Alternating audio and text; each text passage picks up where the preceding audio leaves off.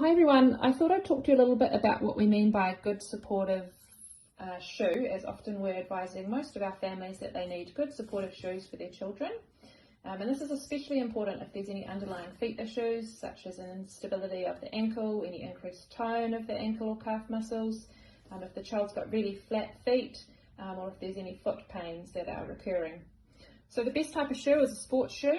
And the most important thing to note is that this does not need to be expensive. It doesn't need to be a labelled shoe. You can get perfectly good supportive shoes from the warehouse or Kmart.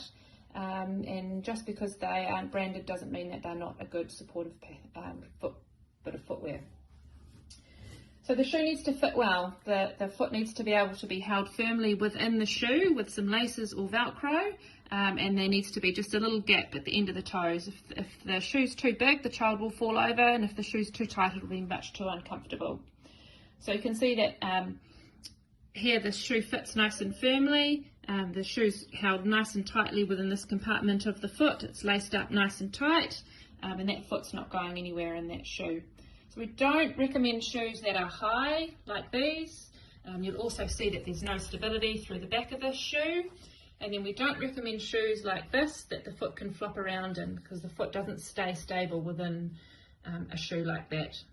So a sports type footwear is best, and the most important thing to look for in these shoes is a supportive heel cup. So that's this bit round here, and we don't want to be able to press that in. So we can see that this shoe's got really nice stable heel cup because we can't press it in. So we know when the child's foot is in there, it's going to be held nice and stable, and that is just going to give a little bit more support to the back of the child's ankle. These are really easy to put on because there's Velcro, and they can tightly hold the child's foot in. Another good thing to look for is a bit of flexibility in the sole, so they're not really rigid, and they're not very heavy.